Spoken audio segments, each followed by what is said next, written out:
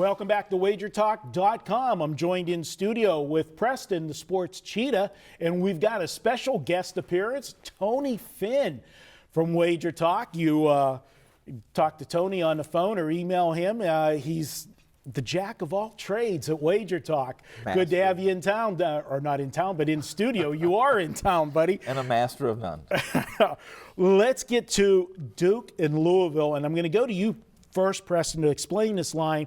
We've got a situation where Duke's coming off that annihilation last night by Florida State, as we talked about in an earlier video. What are you making the number on this one? Will there be a big adjustment off of one game? Yeah, this one's interesting because I'm not an odds maker, and if I was, I would probably post a different line than my actual number. My number is 2, and that's actually exactly what Florida State was for me last night against Duke, and I bet it anyway because I thought Duke was in a tough spot without Emil Jefferson going on the road for the first time under the assistant coach. And so I like the Seminoles. But now they're getting a second shot at that road game and trying to bounce back from a loss. But the problem is I think the general public and recreational college basketball better don't realize that Florida State is just as good as Louisville, if not better, this season. And Louisville has the name and the pedigree more so, at least in college basketball. And so when they look at this, I just wouldn't probably put a line under 3 out. I think people would still lay Louisville -3, or maybe 2.5 is a good in between. But technically the numbers say it should only be 2, and Duke's still the better team. And we don't actually know the status of Emil Jefferson, which is important as well. Maybe there is some news that I've missed now that Wednesday afternoon. But if he doesn't go, then this probably will be 3 or so. And for me, it's a complete pass there. If he does play and you're still getting a line that's creeping up to 3 or higher, then I think you're getting a full possession or even more of value actually backing Duke. So that's probably my lean if he goes, and the number's above 3. Yeah, Tony, the public likes to overreact to seeing one thing, and the fact that they got drilled last night, the first thing they're going to say, well, Coach K's not there. This isn't the same team under Coach K.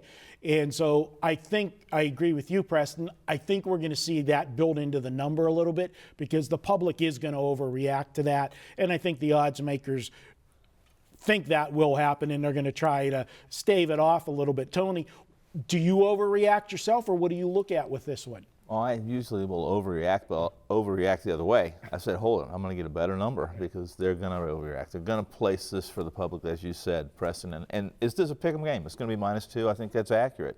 I think Florida State, a good team. The other earlier videos were very interesting when you guys were talking about them, and that is that big at guards.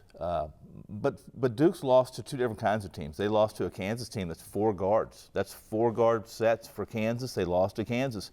They face a Florida State team that's pretty large, pretty long, pretty lean, and very good around the rim.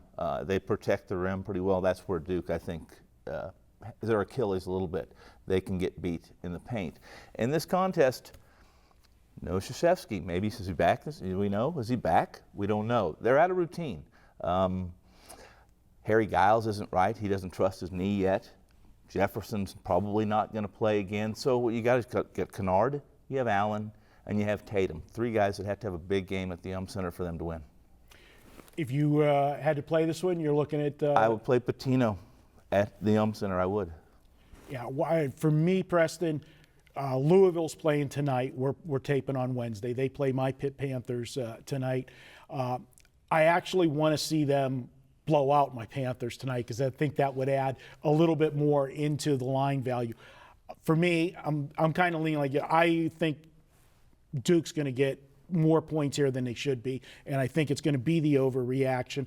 I'm going to look at Duke plus the points if I can get that 3 or more in this one. If it's under 3, then it's probably a no play for me. Yeah, no, I'm with you. I'm probably going to end up passing on this game. If you watch the other videos, I kind of give out 2 plays that I think will actually end up being on.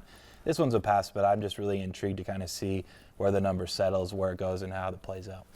All right, good stuff, guys. And don't forget, weekend all access. Every weekend, you can get all of the plays from your favorite capper, Thursday through Sunday, $59. And guys, we're changing the pricing after Thursday. If you want to come on board Friday through Sunday, it's going to drop $10, be $49. And then if you want to come on board Saturday through Sunday, $39. We adjust the price each day now with the weekend all access. You can check it out at WagerTalk. Best deal going.